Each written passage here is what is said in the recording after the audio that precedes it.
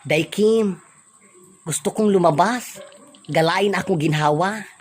Sa classroom may batas. Dili ko sa classroom malibang day, as gawas lang ko day.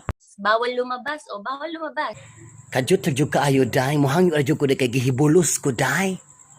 Pero pag sinabing pag nag-comply ka, Unsa may dadon day para makakomply? Tubig, kabo, tissue, bidol.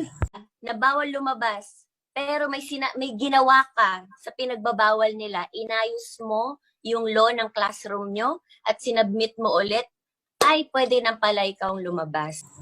Sa pa day kay galibog yung ko day. Unsa man ang klase nga balao day kay kaigito nagyug kaayo ko day. So kung wala ka namang nilabag na batas, Wala man jud ko nilabag nga batas day. Uy, ang ako lang day ba, mugawas lang ko kay malibang ra ko, maura na. bakit ka ipapasara ng isang NTC? Ha? Kuya, wag yun ana. Malibang ra ko unya pasiradon ko nimo sa NTC. Mamatay ko ana sa suffocation day. Kabawa biya sa tai. Na pag-aari ng gobyerno.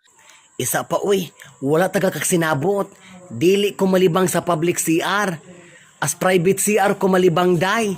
Samantalang may ibang franchise, Haladay uy, dili man tahon ko malibang diha sa mga franchise nga office. Ang akong plano adto ko malibang yun sa main office. channels, franchise, radio station, Kuyawa sad ani nga kahimtanga day uy. Malibang lang ganita, matelevised na ta sa TV. Ma-announce pa ta sa radyo. Makaulaw ka ayo uy, malibang ra ko. ngayon, So unsa man, pwede na kong mugawas para makalibang? I think 7. Ha? Alas City pa ko pwedeng makagawas. Dili na jud ako makaya day. Kaigito na gyud kaayo ko. Hindi nila pinasara. Galibog yun ko ni mo dayoy.